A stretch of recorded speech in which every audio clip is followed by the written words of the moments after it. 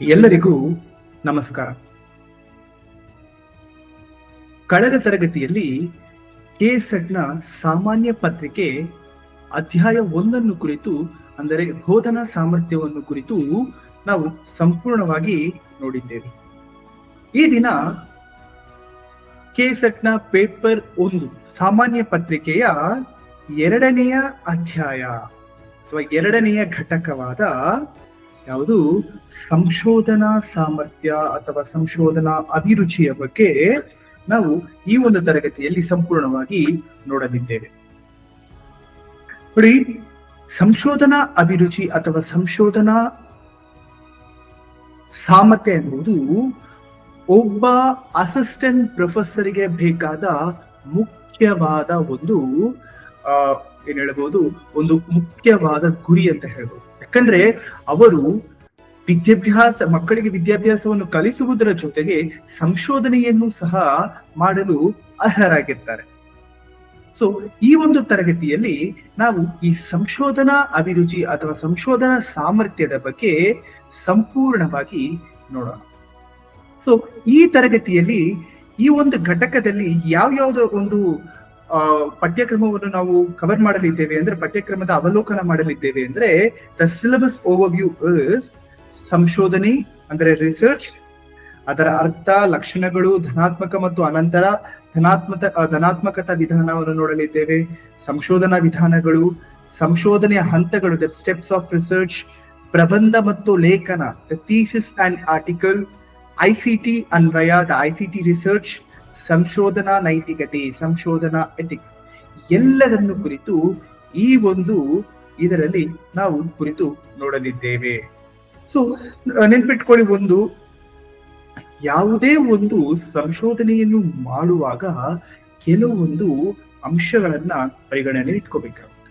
So ಅದಕ್ಕಿಂತ ಮುಂಚೆ ಮೊದಲು ಸಂಶೋಧನೆಯ ಅರ್ಥ ಅದನ್ನು ಕುರಿತು ತಿಳಿದುಕೊಳ್ಳೋಣ. ನೋಡಿ, ಸಂಶೋಧನೆಯ ಅರ್ಥ, the meaning of research.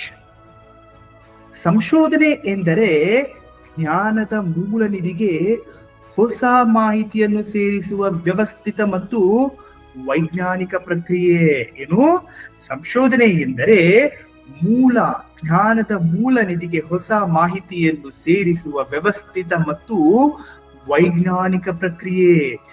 Research ಎಂಬ ಇಂಗ್ಲಿಷ್ ಪದವು ಫ್ರೆಂಚ್ ಭಾಷೆಯ ರಿಸರ್ಚರ್ ಎಂಬ ಪದದಿಂದ ಬಂದಿದ್ದು, ಅದರ ಅರ್ಥ ಮತ್ತೆ ಮತ್ತೆ ಹುಡುಕು ಎಂದು ಅರ್ಥವನ್ನು ನೀಡುತ್ತದೆ. ಸಂಶೋಧನೆಯು ಸಮಸ್ಯೆಯನ್ನು ಗುರುತಿಸಿ, ಮಾಹಿತಿಯನ್ನು ಸಂಗ್ರಹಿಸಿ, ಅದನ್ನು ವಿಶ್ಲೇಷಿಸಿ ಮತ್ತು ಅನಂತರವಾಗಿ ತೀರ್ಮಾನಗಳನ್ನು ತಲುಪುವ ಒಂದು ಸಂಘಟಿತ ಪ್ರಯಾಣ. ನೆನ್ಪಿಟ್ಕೋಬೇಕು.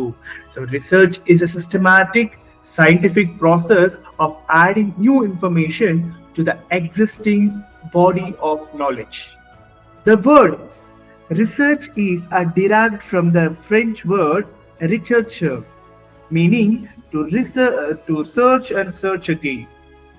It is organized journey of identifying a problem, collecting data, analyzing it is on arriving at conclusion. Everything comes under this. Now specifically, John W. Best, who defines the research as a systematic and objective analysis and a recording of controlled observation that may lead to the development of generalization, principles or theories, which results the prediction on possibility, ultimate control of all the events, isn't it? So ಇದಿಷ್ಟು ನಾವು ನೋಡ್ಕೋಬೇಕಾಗಿರೋದು. ಇನ್ನು ಸಂಶೋಧನೆಯು ಒಂದು ಸೃಜನಶೀಲತೆ ಆಗಿರುತ್ತೆ. ನೆನ್ಪಿಟ್ಕೊಳ್ಳಿ, ಸಂಶೋಧನೆ ಎಂಬುದು ಒಂದು ಸೃಜನಶೀಲತೆ ಮತ್ತು ತಾರ್ಕಿಕ ಪ್ರಕ್ರಿಯೆ. ಸಂಶೋಧನೆ ಎಂಬುದು ಒಂದು ಸೃಜನಶೀಲತೆಯೂ ಆಗಿದೆ, ತಾರ್ಕಿಕ ಪ್ರಕ್ರಿಯೆಯೂ ಆಗಿದೆ. ಇದು ಹೊಸ ಸತ್ಯಗಳ ಅನ್ವೇಷಣೆ ಅಥವಾ ಹಳೆಯ ಸತ್ಯಗಳ ಮರುಪರೀಕ್ಷೆ ಮಾಡುವ ಮೂಲಕ ಈ ಒಂದು ಪ್ರಕ್ರಿಯೆ ನಡೆಯುತ್ತದೆ. ಇದನ್ನು ಕುರಿತು ರೆಡ್ಮ್ಯಾನ್ ಮತ್ತು ಮೋರಿ ರವರು ಹೇಳುವುದೇನೆಂದರೆ, ಸಂಶೋಧನೆ ಎಂದರೆ ಒಂದು ಸಮಸ್ಯೆಗೆ ಉತ್ತರ ಕಂಡುಕೊಳ್ಳಲು ಮಾಡುವ ವ್ಯವಸ್ಥಿತ ಪ್ರಯತ್ನ ಅಂತ ಮೋರಿ ಮತ್ತು ರೆಡ್ಮ್ಯಾನ್ ಅವರು ಹೇಳ್ತಾರೆ. Research is both a creative and a logical process. It involves a discovery of a new fact or examination of old through a systematic investigation, isn't it? But according to Redman and Maury, research is a systematized effort to gain a new knowledge. It is. Research contributes to the growth of science, education, economics, and the social welfare. Now, let's learn what are the types of research. ಅಂದ್ರೆ ಸಂಶೋಧನೆಯ ವಿಧಗಳನ್ನು ತಿಳ್ಕೊಳ್ಳೋಣ ಈಗ. ತುಂಬಾನೇ important ನೋಡಿ. ಸಂಶೋಧನೆಯು ಎರಡು ಮುಖ್ಯ ವಿಧಗಳಾಗಿ ವರ್ಗೀಕರಿಸಲಾಗುತ್ತೆ. ಒಂದು ಉದ್ದೇಶ ಆಧಾರಿತ, ಇನ್ನೊಂದು ವಿಧಾನ ಆಧಾರಿತ. So the research defines in a two way. Research classifies into a two way. The first one is the types of research clarified into two way. One is a by purpose and by methodology. The first one ಉದ್ದೇಶ ಆಧಾರಿತವನ್ನು ನೋಡ್ತಾ ಹೋದ್ರೆ ಅದರಲ್ಲಿ ಮತ್ತೆ ಮೂರು ಅಂಶಗಳು ಬರುತ್ತೆ. ಒಂದು basic ಅಥವಾ ಮೂಲ ಸಂಶೋಧನೆ. ನೋಡಿ, ಇದು ಜ್ಞಾನವನ್ನು ಹೆಚ್ಚಿಸಲು ಮಾಡುವ ಸಂಶೋಧನೆ. ಜ್ಞಾನವನ್ನು ಹೆಚ್ಚಿಸಲು ಮಾಡುವ ಸಂಶೋಧನೆ. ಇಲ್ಲಿ ತಕ್ಷಣದ ಪ್ರಾಯೋಗಿಕ ಬಳಕೆ ಇರುವುದಿಲ್ಲ, ನೆನ್ಪಿಟ್ಕೋಬೇಕು. ಉದಾಹರಣೆಗೆ ಗುರುತ್ವಾಕರ್ಷಣ ನಿಯಮದ ಸಂಶೋಧನೆ. So the first point is, which is a pure purpose. In that first point, a pure or basic research. The research is conducted purely to advance knowledge without immediate practical application. It is a theory oriented, and example, a Newton study of gravity was a pure research. ಇನ್ನು ಎರಡನೆಯದು ಅನ್ವಯಿಕ ಸಂಶೋಧನೆ. ಇದು ನೇರ ಪ್ರಾಯೋಗಿಕ ಸಮಸ್ಯೆಗಳನ್ನು ಪರಿಹರಿಸಲು ಮಾಡಲಾಗುವ ಸಂಶೋಧನೆ. ಉದಾಹರಣೆಗೆ ಶಾಲೆಯಲ್ಲಿ ಕಲಿಕಾ ತೊಂದರೆ ಇರುವ ವಿದ್ಯಾರ್ಥಿಗಳ ಅಧ್ಯಯನ. ಇನ್ನು the second one is an applied research. This aims to solve immediate real world problems. It is a practically oriented, isn't it? It is a practically oriented. But the first one, that is not the practical. That is a theory building. So, example, the studying learning difficulties in school children to design a remedial programs, isn't it? ಮೂರನೇದು ಕ್ರಿಯಾ ಸಂಶೋಧನೆ. ಶಿಕ್ಷಕರು, ಆಡಳಿತಗಾರರು ತಮ್ಮ ದೈನಂದಿನ ಸಮಸ್ಯೆಗಳನ್ನು ಬಗೆಹರಿಸಲು ನಡೆಸುವ ಸಂಶೋಧನೆ. ಇದು ಸ್ಥಳೀಯ ಮಟ್ಟದ ಸಮಸ್ಯೆಯ ಪರಿಹಾರಕ್ಕೆ ಉಪಯುಕ್ತವಾಗಿದೆ ಎಂದು ಹೇಳಬಹುದು. The action research, which is conducted by practitioners, examples teachers, administrators, and etc., to solve day-to-day problems at the local level. It is cyclical in nature, example, plan, act, observe, and reflect. ಇದಿಷ್ಟು ಉದ್ದೇಶ ಆಧಾರಿತ ಸಂಶೋಧನೆ. ಇನ್ನು ವಿಧಾನ ಆಧಾರಿತ ಸಂಶೋಧನೆ ಎಂಬ ಇನ್ನೊಂದು ಅಂಶ ಇದೆ. ಅದನ್ನ ನಾವು ಕುರಿತು ನೋಡ್ತಾ ಹೋದ್ರೆ there is one more which is the based on methodology, by methodology. So ಅದರಲ್ಲಿ ಮೂರು ವಿಧಗಳು ಬರುತ್ತೆ. ಒಂದು ಮೂಲಭೂತ ಸಂಶೋಧನೆ.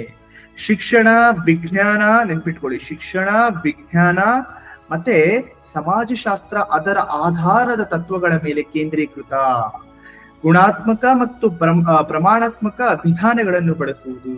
ಹೌದು, ಇದು. ಇನ್ನು ಐದನೇದು ಭಾಗವಹಿಸುವಿಕೆ. ಭಾಗವಹಿಸುವಿಕೆ ಅಂದ್ರೆ ಸಂಶೋಧನೆ ಸಮುದಾಯದ ಸದಸ್ಯರನ್ನು ಸಂಶೋಧನಾ ಪ್ರಕ್ರಿಯೆಯಾಗಿ ಭಾಗವಹಿಸುವುದು. Okay, the fundamental research which is focused on the principles of education, science, social science. And the fifth one is a practitionary research, which is a community members actively actively participate in the research process, making it a democratic and inclusive. The sixth one is a conceptual research. ಅಂದ್ರೆ ಪರಿಕಲ್ಪನಾ ಅಥವಾ ಅಮೂರ್ತ ಕಲ್ಪನೆಗಳು ಅಂತ ಕರಿತೀವಿ. Okay, ಇದು ಏನ್ ಮಾಡುತ್ತೆ ಅಂದ್ರೆ that deals with abstract ideas and theories mostly used in philosophy and social science. ಮತ್ತೆ ಸಮಾಜ ವಿಜ್ಞಾನ ಮತ್ತು ತತ್ವಶಾಸ್ತ್ರಗಳಲ್ಲಿ ಬಳಸುವ ಏನ್ ಹೇಳ್ಬೋದು ಪರಿಕಲ್ಪನೆಗಳು, ಅಮೂರ್ತ ಪರಿಕಲ್ಪನೆಗಳನ್ನು ನಾವೇನಂತ ಕರಿತೀವಿ, ಪರಿಕಲ್ಪನಾ ಸಂಶೋಧನೆಗಳು ಅಂತ ಕರಿತೀವಿ. ಸೊ ಇದಿಷ್ಟು ಸಂಶೋಧನೆಯ ವಿಧಗಳು. ಇನ್ನು ಸಂಶೋಧನೆಯ ಗುಣಲಕ್ಷಣಗಳನ್ನು ನಾವು ನೋಡ್ತಾ ಹೋದ್ರೆ ನೋಡಿ, ಸಂಶೋಧನೆಗೆ ಕೆಲವೊಂದು ತನ್ನದೇ ಆದ ಗುಣಲಕ್ಷಣಗಳನ್ನು ಹೊಂದಿರುತ್ತೆ. ಮೊದಲನೆಯ ಗುಣಲಕ್ಷಣವನ್ನು ನೋಡ್ತಾ ಹೋದ್ರೆ ವ್ಯವಸ್ಥಿತೆ. The systematic. The first one is the systematic. ಸಂಶೋಧನೆ ಒಂದು ನಿರ್ದಿಷ್ಟ ಯೋಜನಾ ಕ್ರಮದಲ್ಲಿ ನಡೆಯಬೇಕು ಅಲ್ವಾ. ಯಾವುದೇ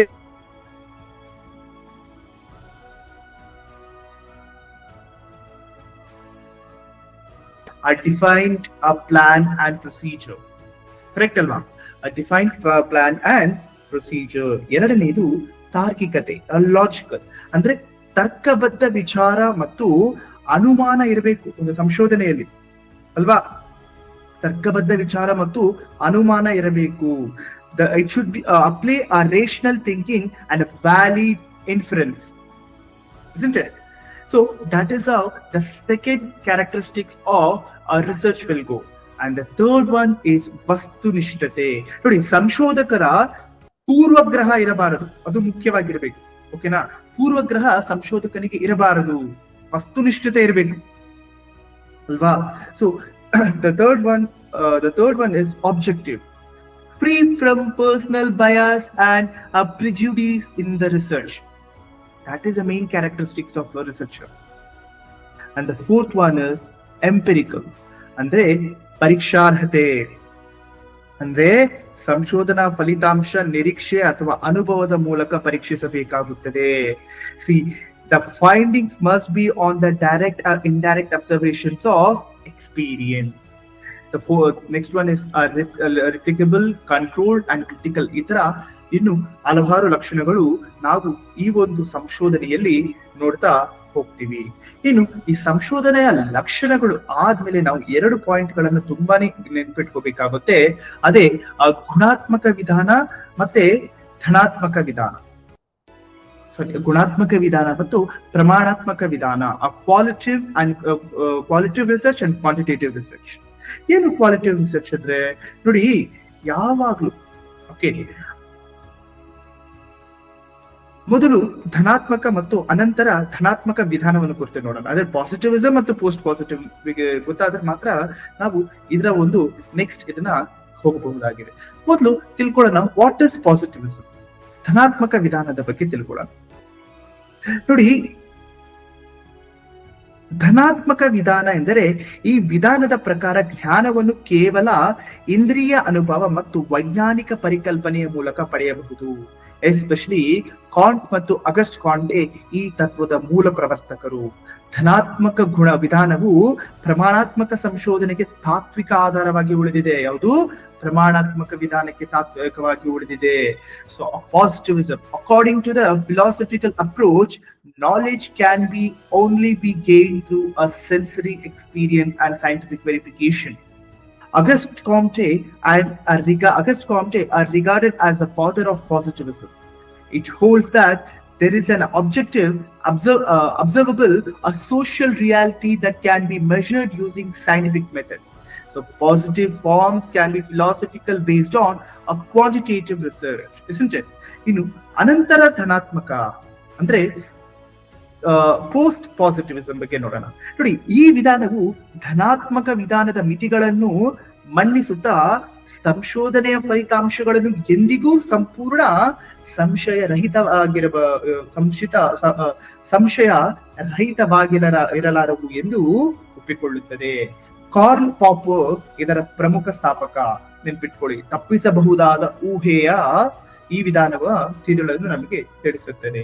okay, the post positivism, it is approach on knowledge that the limitation and the positivism and the aspect that our findings can be never absolutely certain. Karl Popper is a key figure of who introduced the concept and falsibility. A scientific hypothesis must be capable and being a proven false. So the post-positivism accept that the researcher's perspective always influence the finding the same extent, isn't it? So ಇದಿಷ್ಟು ನಾವು ನೋಡ್ಬೇಕಾಗಿರೋದು. ಇದಾದ್ಮೇಲೆ ನಮಗೆ ಸಂಶೋಧನೆಯ ವಿಧಾನಗಳು. ನೋಡಿ, ಇಲ್ಲಿ ನೀವು ಪರೀಕ್ಷೆಯಲ್ಲಿ ತುಂಬಾನೇ ನೆನ್ಪಿಟ್ಕೋಬೇಕಾಗಿರೋದೇನಪ್ಪಾ ಅಂದ್ರೆ ಗುಣಾತ್ಮಕ ಪರಮಾಣಾತ್ಮಕ ಎರಡನ್ನು ಬಳಸುವ ವಿಧಾನ. ಓಕೆನಾ? ಸೊ ಅದರ ಪ್ರಮುಖ ವಿದ್ವಾಂಸ ಜಾನ್ ಕ್ರಿಸ್ವೆಲ್ ಅಂತ ಬರುತ್ತವ್ರೆ. ಎಸ್, ಸೊ ಇದಿಷ್ಟು ನಾವು ನೋಡಿದ್ವಿ. ಇನ್ನು ಈ ಸಂಶೋಧನೆಗೆ ತಕ್ಕಂತೆ 10 ಹಂತಗಳಿದೆ. ಸಂಶೋಧನೆಯ 10 ಹಂತಗಳು. ಯಾಕೆ ಸಂಶೋಧನೆಯ 10 ಹಂತಗಳು ತುಂಬಾ ಮುಖ್ಯ ಅಂತ ನೋಡ್ತಾ ಹೋದರೆ, ಯಾವುದೇ ಒಂದು ಸಂಶೋಧನೆಯನ್ನು ನೀವು ಮಾಡುವಾಗ ಒಂದು ಕ್ರಮಬದ್ಧ ಪ್ರಕ್ರಿಯೆ ಇರಬೇಕು. ಅಂದ್ರೆ ಈ ಹಂತಗಳು ಸಂಶೋಧನೆಯ ವಿಶ್ವಾಸಾರ್ಹತೆ ಮತ್ತು ಗುಣಮಟ್ಟವನ್ನು ಖಚಿತಪಡಿಸುತ್ತದೆ, ನೆನ್ಪಿಟ್ಕೋಬೇಕು. ಓಕೆನಾ?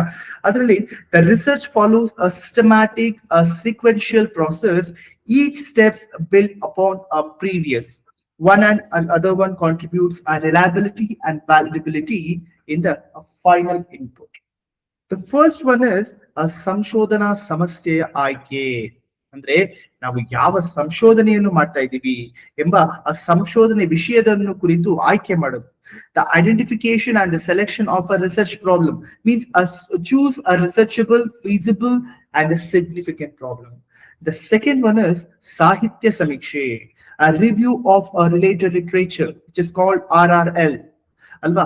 ಸಾಹಿತ್ಯ ಸಮೀಕ್ಷೆ, ನೀವು ಮಾಡ್ತಿರುವ ಸಮೀಕ್ಷೆಯ ಕುರಿತಂತೆ ಇನ್ನು ಬೇರೆ ಯಾರಾದ್ರೂ ರಿಸರ್ಚ್ ಸಂಶೋಧನೆ ಮಾಡಿದ್ದಾರಾ ಎಂಬ ಆಧಾರಗಳನ್ನು ನಾವು ಕಲೆಕ್ಟ್ ಮಾಡ್ಕೋಬೇಕಾಗುತ್ತೆ. The study the previous research on the topic to identify the gaps. ಮೂರನೇದು ಸಂಶೋಧನಾ ಊಹೆಯ ರಚನೆ, a formulation of hypothesis.